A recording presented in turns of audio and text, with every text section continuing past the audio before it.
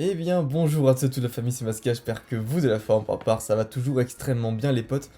Aujourd'hui on se retrouve pour une nouvelle vidéo, je n'ai absolument pas l'habitude de faire ce genre de vidéo, mais aujourd'hui je pense que c'est la bonne occasion d'en faire une, parce qu'en fait, j'en ai pas beaucoup parlé sur les réseaux, juste un peu sur Twitter, sur Instagram j'en ai pas parlé du tout, sur YouTube j'en ai absolument pas parlé, sur Facebook non plus, et du coup beaucoup de personnes qui ont appris ça me demandaient pourquoi j'en faisais pas une vidéo. Du coup j'en fais une vidéo, parce que tout simplement aujourd'hui les potes, je tenais à vous parler de l'interview que j'ai faite pour Micromania. Donc d'ailleurs je remercie Rena qui m'a recommandé à Selim qui m'a donc interviewé et qui a eu la gentillesse de bien vouloir retranscrire mes paroles. Et du coup aujourd'hui je tenais à vous présenter cet article tout simplement parce que j'ai dit des choses qui peuvent être je pense intéressantes et surtout utiles pour les collectionneurs ou pour les investisseurs. Donc du coup je vous mettrai le lien de l'article en description pour ceux que ça intéresse tout simplement. Donc c'est parti, on va directement y accéder. Donc du coup pour trouver l'article, il faut aller dans la fanzone du site micromania.fr. Et là, comme vous pouvez le voir ici, il y a un dossier Pokémon, le youtubeur Mascache nous plonge dans quoi je suppose qu'il faut cliquer dessus pour le savoir. Alors du coup, c'est parti, on va y aller, nous plonge dans la vie de collectionneur de cartes, tout simplement. Alors voilà, la photo qu'il y a ici, c'est tout simplement des petites cartes PCA pour illustrer, j'ai filé la photo dans le sens où, bah, voilà, il faut quand même une petite photo sympathique pour illustrer un article. Donc du coup les potes, je tiens à vous dire, c'est vraiment quasiment que de la retranscription de mes paroles. Donc je tiens à m'expliquer par rapport au fait que des fois, quand on parle, tout simplement lors d'une conversation, c'est pas forcément aussi esthétique que lorsqu'on écrit un article de presse bien rédigé. Voilà, donc je tenais aussi à faire cette vidéo pour un petit peu éclairer ces propos. Alors c'est parti, on va commencer à lire. Nous avons eu la chance de nous entretenir avec le youtubeur Mascache qui nous a partagé sa passion pour la collection de cartes Pokémon. Bon déjà, j'estime que c'est surtout moi qui ai eu la chance de parler à Selim du coup, parce que c'est vraiment un plaisir de parler de cartes Pokémon, et encore plus lorsqu'on sait qu'il travaille pour Micromania. Donc l'occasion de se mettre dans la peau d'un collectionneur, mais aussi de comprendre comment tout cela s'articule. Alors, peux-tu te présenter rapidement pour les gens qui ne te connaissent pas? Bon, je pense que vous me connaissez du coup, mais voilà, si jamais certains ça intéresse de connaître un petit peu plus ma biographie. Donc je suis Mascache, un collectionneur de 21 ans qui s'est lancé sur YouTube au printemps 2018. Approximativement, honnêtement je m'en souviens plus, mais bon, je dis ça dans le feu d'action. J'ai appris Pokémon à 18 ans pour en faire une collection jusqu'à maintenant. Depuis l'âge de mes 10-12 ans, j'étais persuadé qu'il y avait quelque chose à faire avec les cartes Pokémon, que ce n'était pas que des bouts de carton. Je pense qu'on a tous et toutes entendu cette réflexion une seule fois dans notre vie, et encore plus quand notre famille sait qu'on collectionne les cartes, quand on commence à devenir plus ou moins âgé, c'est-à-dire quand on passe la quinzaine, c'est plus ton âge, la vingtaine, mais qu'est-ce que tu fais avec ça, tout ça. Donc voilà, c'est vraiment quelque chose que je voulais exprimer par rapport à ça. Donc très tôt, j'ai commencé à m'intéresser aux cotes et à la valeur des cartes parce que j'avais persuadé mes parents qui étaient un petit peu réticents à l'idée d'en acheter, qu'il y avait un intérêt à en obtenir. Donc j'ai très tôt commencé à leur parler de la valeur des cartes, même si j'étais très jeune. Du coup, cela fait très longtemps que je suis axé sur la collection et le potentiel de ces cartes Pokémon. Faut savoir les potes, je vais peut-être faire une vidéo là-dessus pour vous décrire vraiment mon parcours. Aujourd'hui, j'estime pas avoir un parcours de folie, mais j'ai fait mon premier investissement à l'âge de 12 ans dans Pokémon. Depuis, les cotes ont fait x30, x40. J'explique tout ça dans l'ebook. D'ailleurs, le lien est dans la description si jamais. Et dans l'information, je montre un petit peu comment j'ai su reconnaître les séries qui font du x30, du x40. Grosso modo, ici j'en parle parce que je peux comprendre que les gens qui n'aient pas beaucoup d'argent, ou même quand on est encore mineur, que les parents ne veulent pas accorder un budget par rapport à Pokémon. C'est pour ça que là aujourd'hui j'ai parlé de valeur et le fait de persuader mes parents, parce qu'évidemment, ce ne sont pas tous les parents, et même les miens qui sont adorables, qui vont dépenser des centaines d'euros pour soi-disant quelque chose qui va monter. C'est un gosse de 10-12 ans qui dit ça, hein, donc voilà, remettre dans le contexte quand même. Hein. Alors, comment t'es venu l'envie de te lancer dans la collection? Tu as commencé dans une logique d'investissement? Non, pas du tout, je suis très collectionneur, beaucoup plus qu'investisseur même. Mais de base, c'était vraiment quelque chose dont je parlais à mes parents en leur disant « Je veux ces cartes pour les collectionner ». Mon père pensait lui que c'était jeter de l'argent par les fenêtres. Ma mère aussi, mais disons que ma mère, j'arrivais un petit peu plus à la convaincre. Vous connaissez les relations mère-fils, c'est un petit peu plus doux, j'ai envie de dire. Alors que si je lui disais « Regarde papa, le mois dernier Dracofex se vendait à 50 € et ce mois-ci il a 80 », disons qu'il allait être moins réticent à cette idée. C'était un grand sujet de Discord, l'obtention de ce Dracofex. J'ai fait une vidéo par rapport à ça, que j'ai enfin récupéré du coup le Dracofex, qui était du coup partie de ma collection il y a 3 ans quand j'ai repris. Et du coup ce Dracofeu là, mes parents l'ont acheté pour 80 € à Pseudo 111, qui est maintenant Pokémon Yu-Gi-Oh sur eBay. Faut savoir que 80 € pour une carte Pokémon en 2012 c'était extrêmement cher. Bon, aujourd'hui ce Dracofeu là, alors qu'il a perdu en état et tout, vaut facilement les 400 €. Donc autant vous dire que Si j'avais conservé dans un état de PCA 9, hein, grosso modo, qui était à l'époque son état, il vaudrait facilement le millier d'euros. Donc c'était pas un si mauvais business, même si déjà c'était cher à l'époque. C'était surtout un aspect persuasif de parler d'investissement à mes parents quand j'étais jeune. Des conseils pour démarrer une collection, des erreurs à éviter. Donc là, je pense que c'est vraiment la partie de l'interview qui peut vous intéresser. Donc il faut le prendre pour tout. Il ne faut surtout pas se lancer tête baissée, ou du moins quand on n'y connaît vraiment rien, il ne faut pas se lancer sans être accompagné. Les potes, vraiment, je vous le dis, personnellement, peut-être que si ça vous intéresse, je vais vous parler tout simplement de ma collection Panini que j'ai redémarré il y a 2 mois. Mais pareil, avant de redémarrer ma collection Panini, j'ai facile fait du repérage pendant 2 mois sur eBay, essayé de comprendre un petit peu quelles étaient les éditions, les contenus des sachets, etc. Pour éviter justement de me lancer tête baissée là-dedans. Il faut toujours essayer de sonder un peu le marché, essayer un petit peu de voir comment cela fonctionne. Si on fait ça en solo, il faut surtout prendre le temps de bien analyser le marché et de se construire un réseau. C'est-à-dire que lorsqu'on se lance dans une collection où il y a des groupes Facebook qui sont présents, où on rencontre petit à petit des gens au quotidien. Donc voilà, c'est pour ça que je conseille vraiment à les personnes de s'immerger un maximum dans la communauté, même si votre but c'est faire que de l'argent. Supposons que vous avez même pas un seul petit sentiment pour Pokémon, essayez quand même de vous intéresser aux actualités Pokémon pour être toujours à fond dans votre business, parce que lorsque vous n'êtes pas intéressé par ce que vous faites, généralement vous allez faire du très mauvais business. On voit passer des choses sans forcément être à la recherche d'informations sur Facebook, et c'est ça qui est intéressant. En accumulant des connaissances, on n'est pas juste investisseur dans le milieu ou collectionneur, on apprend des choses sans le vouloir, et c'est parfait pour s'immerger dans le milieu, il faut vraiment en avoir envie et faire ces petits efforts au quotidien. C'est vraiment ça qui fait la différence, je vous le dis, quand vous voyez par exemple des informations sur des reprints, quand vous voyez des gros stocks qui ont été découverts, ça va vraiment influencer simplement la valeur de ce que vous avez, donc c'est pour ça qu'il faut vraiment être au courant de ce que vous possédez, même si vous êtes investisseur. Et encore plus si vous êtes investisseur et pas du tout collectionneur. Comment et où est-ce que tu trouves tes cartes? Alors il y a plusieurs plateformes. En ce moment, il y a Vinted qui fonctionne très bien grâce à la pub à la télé. Surtout que les vendeurs ne payent pas de frais en passant par là. Sinon, ça passe beaucoup sur eBay aussi, qui est une référence en termes de prix, notamment avec tout ce qui est vente en cours comparé au prix en vente terminée et en vente réussie. Le Bon Coin, un peu moins, on y trouve pas mal d'arnaques depuis un moment, donc je n'y vais plus. Même si maintenant ils ont instauré tout ce qui est le paiement sécurisé. Voilà, il y avait beaucoup d'arnaques avec le PayPal entre proches, etc. Et sinon, il y a toujours Rakuten qui est un très bon site pour les acheteurs du fait qu'ils font beaucoup de promotions, notamment le mercredi ou le dimanche, vous avez des moins 15, moins 20%, une fois toutes les 2 semaines plus ou moins. Donc sinon, lorsque c'est pas les moins 15, moins 20%, vous avez des codes promo de 5 euros, 15 euros, même des fois 30 euros, ce qui est très intéressant pour les acheteurs. Bah, malheureusement, pour les vendeurs, ça reste un petit peu moins sympathique, mais voilà, il y a quand même beaucoup de diversité sur ce site. Est-ce que tu les achètes une par une ou directement par booster? Alors j'ai souvent été collectionneur de scellés parce que pour moi c'était beaucoup plus simple. Comme je dis souvent dans mes vidéos, le truc c'est qu'avec le scellé, on ne se pose pas de questions concernant l'état des cartes. Effectivement, scellé c'est soit c'est scellé, soit c'est ouvert, soit c'est pesé, tout simplement. C'est-à-dire qu'on connaît le poids du booster et donc avoir une indication concernant son contenu. Et après voilà, il y a juste à savoir si c'est pas du fake, si c'est pas recollé, c'est vraiment très simple.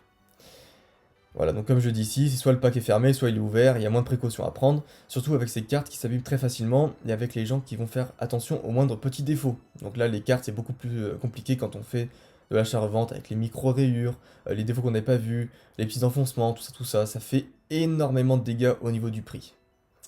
Donc avec les cartes seules, il y a une très grosse valeur ajoutée en termes de certification. Disons que c'est vraiment quelque chose qui est plus poussé et du coup aujourd'hui je m'intéresse beaucoup plus aux cartes seules. Du scellé j'en ai fait très longtemps dans ma vie et j'avais envie de me mettre à autre chose ces dernières années. Alors c'est vrai que du scellé j'en ai fait depuis 2012 du coup quand j'ai investi sur une XP Noble Victoire, des tripack EV, des légendes, plein de boosters en loose de duel au sommet, j'en avais une trentaine, quarantaine, je sais plus exactement. En tout cas facile une trentaine, ça c'est sûr. Donc j'avais vraiment eu beaucoup de choses, hein. Pour 250 euros à l'époque on pouvait faire énormément de choses. Donc voilà, je vais vous en parler, je vous ferai une vidéo vraiment complète de mon parcours si ça intéresse des personnes, comme ça au moins je peux vous donner les guidelines comme on dit, un petit peu de comment j'ai commencé, comment j'ai réussi un petit peu à bâtir une collection, ou à investir pour ceux que ça intéresse aussi, peu importe de quel bord vous êtes. Alors comment évoluent les codes des cartes? Quels paramètres influent sur le prix d'une carte? Aujourd'hui il faut savoir que les gens ne jurent que par les organismes de certification. Donc en France on a PCA, aux États-Unis il y a PSA et Beckett, donc BGS. En fait, ce sont des entreprises qui vont attribuer une note à la carte basée sur des critères prédéfinis comme la surface, le cadrage, tout ce qui est état des coins et l'état des bords. Donc c'est vraiment quelque chose de très poussé. Pour ceux qui n'ont jamais fait de gradation, sachez que il y en a aujourd'hui, et je le fais avec Panini, d'ouvrir des boosters avec des gants, tout simplement pour pas qu'il y ait des traces de doigts, d'ADN, trucs mûches. vraiment tout ce qui est double protection, top loader, tout ça c'est vraiment quelque chose qui sont vraiment des paramètres très poussés. Donc ces 4 paramètres entrent en jeu et sont évalués par des professionnels. Du coup ça donne une valeur objective de la carte. Ça permet de lutter contre tout ce qui est débutant qui disent que leur carte est neuve alors que sur une échelle de 1 à 10, elle n'a que 4 ou 5 pour simplement la vue d'un collectionneur. Voilà, alors que moi personnellement quand j'achète une carte qui est soi-disant near mint, donc proche du 9 en français, j'espère obtenir une note entre 8, 9 et 9,5, voire 10, et malheureusement, généralement, on est extrêmement déçu. Donc quels sont les dangers et arnaques possibles? Comment repérer une carte fake? Alors pour grossir le trait, il n'y a pas de test. Pour toutes les cartes ultra rares, normalement, il y a des stries, donc des reliefs sur toute la carte, qui fait que la carte a une texture. Aujourd'hui, les fabricants de fausses cartes n'arrivent pas à les reproduire, donc leurs cartes sont toutes lisses, chose qui ne devrait pas être le cas avec des vraies cartes. Et si on parle vraiment de fausses cartes normales, généralement les bords sont extrêmement épais, très gros.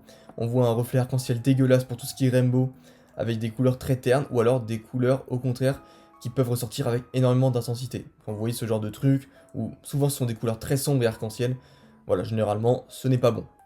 Encore une fois, j'ai fait un petit guide dans l'ebook pour savoir comment reconnaître les fausses cartes, et évidemment je suis dispo sur Discord, dans le Discord VIP, pour pouvoir répondre à toutes ces questions tous les jours. Est-ce que je me suis déjà fait arnaquer? C'est une question. Alors non, car j'arrive à reconnaître les fausses cartes et les faux boosters, mais anecdote intéressante que j'ai, je pense, peut-être raconté une fois dans un épisode d'investissement, j'ai été arnaqué une fois par un Portugais, quand je commençais l'investissement sur des boosters anglais au mois d'octobre. Donc il m'avait envoyé des boosters recollés, c'est-à-dire qu'ils les avaient ouverts, donc des vrais boosters, des vrais emballages, pour y remettre des cartes qu'il avait recellées à l'aide d'un fer à repasser les potes. C'est-à-dire que c'était extrêmement dur à voir, le scellage était dégueulasse, mais il faut dire quand même que le booster était bien vrai, les cartes semblaient bien vraies, les poids étaient plus ou moins concordants, c'était vraiment quelque chose de très bien fait. Donc voilà, c'est quelque chose de faisable aujourd'hui de receller soit avec de la grosse colle, soit avec du fer à repasser. Donc j'avais quand même remarqué qu'il y avait quelque chose qui clochait et du coup je les ai renvoyés et il m'a remboursé. Donc des novices seraient sûrement tombés dans le panneau, il y a de plus en plus de techniques qui font que les arnaques se multiplient et deviennent évidemment de plus en plus dur, à savoir reconnaître. Donc est-il possible de voir les cartes Pokémon comme un investissement? Alors oui, c'est tout à fait possible dans le sens où jusqu'à présent, j'ai fait un tableau récemment, quasiment toutes les séries ont pris en cote entre 2020 et 2021. D'ailleurs, la vidéo est sortie maintenant sur la chaîne YouTube, c'est la dernière vidéo qui est sortie concernant les meilleurs investissements à faire dans les cartes Pokémon. Donc évidemment, pour moi, Pokémon est rentable, mais je dis toujours aux personnes qui veulent investir dessus de le faire sur des pièces qu'ils aiment. C'est ce que je fais tout le temps. Et ça marche. Regardez ma collection. Je vous l'ai dit, j'ai investi grosso modo pourquoi? Pour 4000, 5000 euros. Vraiment au bas mot de tout ce que j'ai investi. Ça compte vraiment très peu d'argent que j'ai reçu de ma famille. Et aujourd'hui, j'ai une collection qui vaut beaucoup plus que ça, 5 ou 6 fois plus que ça. Donc, si je l'ai fait, c'est pas parce que j'ai investi que sur des trucs qui cotent, qui vont monter que sur des trucs qui sont vraiment hypés. C'est parce que j'ai investi sur des trucs que j'aime. Et sans le vouloir, les choses montent, forcément, parce qu'il y a aussi d'autres personnes qui aiment ce genre de choses. Donc, la demande augmente et l'offre diminue d'année en année. Normalement, c'est ce qui se passe, et c'est ce qui s'est passé avec le bloc Diamant et Perle. Donc je ne cherche pas toujours la meilleure rentabilité lorsque j'investis, parce que je sais que je pourrais les garder longtemps les items sur lesquels j'investis, car ça me fait toujours plaisir de les voir. Si vous investissez sur des trucs qui ne vous font pas plaisir à voir, et qui commencent à valoir cher, vous allez avoir extrêmement de mal à garder ces items sur le long terme. Ça va être des items que vous allez voir et dire putain ça vaut quand même cher ça. Ça vaudrait peut-être pas mieux de les revendre. Et du coup tous les jours comme ça, et puis au bout d'un moment vous allez craquer, et puis finalement vous allez regarder 2-3 ans plus tard, parce que ça vaudra encore plus cher. Donc après, il faut aussi savoir être original, c'est le point. Je le dis parce qu'il y a des personnes qui vont lire cette interview et qui vont savoir qu'il y a une grosse hype sur tout ce qui est XY Evolution, sur le même type de ces séries, et ce qui pourrait aussi provoquer l'éclatement de la bulle puisque c'est de la fausse spéculation, de la fausse demande. Pourquoi? Parce que la plupart des séries ne sont pas vraiment demandées, ce sont des personnes qui vont faire simplement, voilà, dévaliser les stocks dans les magasins, mais qui n'achètent pas ça pour le plaisir des cartes, ils achètent ça uniquement pour revendre plus cher. Est-ce que ça contribue à une demande légit? Non, je pense pas, dans le sens où aujourd'hui ce qui fait vraiment monter la cote, c'est d'être marchand de nostalgie. Je me décris comme ça, parce qu'aujourd'hui, quand la nostalgie est présente, c'est ce qui va vraiment faire monter la cote des choses. Aujourd'hui, est-ce qu'on peut dire que les gens sont nostalgiques de Destiny Occulte, de Destiny Radieuse, de XY Evolution? Je ne pense pas. Après, ça c'est à vous de voir. Donc si j'ai un conseil à donner aux personnes qui veulent vraiment investir dans Pokémon, investissez sur ce que vous aimez, et pour les autres, soyez originaux, n'achetez pas les mêmes produits que tout le monde achète. Parce que vous allez voir que c'est pas forcément ce qui est le plus profitable sur le long terme. D'ailleurs, je vais faire une vidéo concernant les reprints bientôt de toutes ces séries, et je peux vous garantir que vous allez vite comprendre que ce n'est pas forcément quelque chose qui est très bon pour Pokémon et pour ceux qui veulent investir. Et comment ça fonctionne? Pour repérer le bon type de carte, il faut déjà regarder les cartes qui sont potentiellement vieilles, c'est-à-dire que Pokémon marche toujours de la même façon. Les premières cartes, on commence à côté, puis ça a été la deuxième génération, puis la troisième, maintenant c'est la quatrième avec Diamant et Perle. Du coup, les gens comprennent ce phénomène de vague qui arrive de génération en génération. Plus le temps passe, plus les cartes qui vieillissent deviennent rares. Les gens commencent à se projeter et acheter des cartes de plus en plus récentes. Donc pour repérer les cartes intéressantes, il faut toujours prendre des cartes neuves et qui ne sont pas encore trop montées en termes de prix, évidemment. Donc cela dépend aussi du montant que la personne va investir. Effectivement, avec un budget de 100 000 euros, on peut facilement se lancer sur des cartes qui en coûtent déjà la moitié et en faire un bel investissement. C'est-à-dire que vous pouvez, avec 100 000 euros, investir sur des cartes Star, des cartes X, Block X, des cartes Niveau X, sous PCA qui sont déjà bien montées. Et si vous avez un budget beaucoup moins élevé, par exemple de 500 euros, vous n'allez pas pouvoir investir sur des tonnes de cartes Prime gradées, sur des tonnes de cartes Niveau X ou quoi que ce soit. Vous allez certainement pouvoir investir sur des X de noir et blanc à la rigueur, et plus facilement sur des X Full Art ou des mégas de XY. Voilà. Peut-on vivre des cartes Pokémon? Alors, réponse je pense à méditer. Alors oui, on peut en vivre. Après moi, je ne le conseille absolument pas dans le sens où c'est quelque chose qui dépend du marché. C'est faisable, il y a même des personnes qui ont des métiers reliés à ça, mais ce n'est carrément pas stable et je ne le recommande absolument pas. Pour moi, ça doit rester un gagne-pain si vraiment vous voulez investir dessus. Certes, vous pouvez gagner beaucoup. On l'a vu avec le tableau des codes sur la dernière vidéo. Si vous avez vraiment un gros budget à investir, vous pouvez gagner énormément d'argent avec Pokémon. Est-ce que pour autant, en gagnant beaucoup, vous allez avoir une vie stable? Absolument pas, parce que si demain tout s'écroule, vous n'avez absolument plus rien. Alors ça risque peut-être pas de se produire. Mais moi, vous me connaissez, je suis quelqu'un de très prudent, qui va être assez pessimiste concernant l'investissement. Donc voilà, je tiens quand même à ne pas faire rêver trop de personnes. Donc ça peut être un complément de revenu qui nous permet de prendre du plaisir en dégageant un peu d'argent. Moi, je le vois comme un loisir, et généralement, quand on a une passion, on passe plus de temps à l'entretenir qu'à y gagner des sous. C'est ça la vraie force des cartes Pokémon, c'est que moi en fait je gagne de l'argent en ayant une passion. C'est ça qui est dingue en fait, c'est-à-dire que j'achète des choses pour mon plaisir et je gagne de l'argent avec. Vous vous rendez pas compte à quel point c'est un truc de fou. Bon, de quelle carte de ta collection es-tu le plus fier? Pourquoi? Donc c'est une carte que j'avais tirée d'un booster quand j'étais petit, que j'ai réussi à retrouver il y a maintenant 8 ans. Elle était sortie des radars pendant 4-5 ans, elle est défoncée, elle vaut absolument rien sur le plan financier et je suis fier d'elle, parce que sans elle, je n'aurais même pas recommencé à collectionner des cartes Pokémon. Le vrai moteur de ma collection, c'est la nostalgie. Si je n'avais pas cette fibre et ce soupçon de mes années primaires, je n'aurais pas repris. C'est pas grand chose, mais ça montre bien que je suis plus motivé par la collection que par l'investissement. L'investissement est souvent une façade. Personne ne dit collectionner les cartes Pokémon parce qu'elles sont trop bien. C'est dur à présenter de la sorte, alors qu'en parlant de ça comme d'un investissement, ça peut intéresser n'importe qui.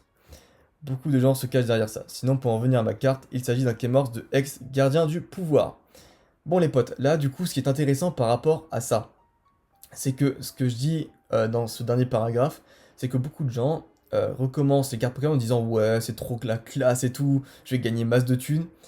Parce qu'en réalité, beaucoup de gens n'osent pas dire à leur famille, à leurs femmes, à leurs amis qu'ils sont vraiment hypés par Pokémon et que c'est juste la nostalgie qui revient et que eux, voilà, ils vont dépenser des sommes folles pour leur plus grand plaisir et pas parce qu'ils veulent investir de base. C'est très très dur de présenter ça de la sorte. Quand j'ai recommencé en terminale, je l'ai pas dit à mes amis les plus proches, tout simplement parce que j'avais honte et je vous le dis. Aujourd'hui, tout le monde le sait autour de moi, parce que de toute façon je suis sur YouTube, donc les gens peuvent me trouver H24 et 7 jours sur 7 quand ils le veulent. Mais tout simplement aussi parce que j'en suis fier d'assumer tout simplement que j'aime les cartes Pokémon, un domaine que j'ai toujours défendu depuis que j'ai 10-12 ans. Et aujourd'hui j'en fais, même si j'ai 21 ans, et c'est absolument pas un souci. J'assume d'être revenu parce que j'avais vraiment besoin de trouver du réconfort dans les cartes Pokémon, que maintenant c'est un investissement et que j'en parle parce que vraiment j'ai eu beaucoup de personnes qui ont douté de ça quand j'étais plus petit, alors que moi j'ai toujours crié sur tous les toits. Donc c'est vraiment une sorte de revanche que je prends.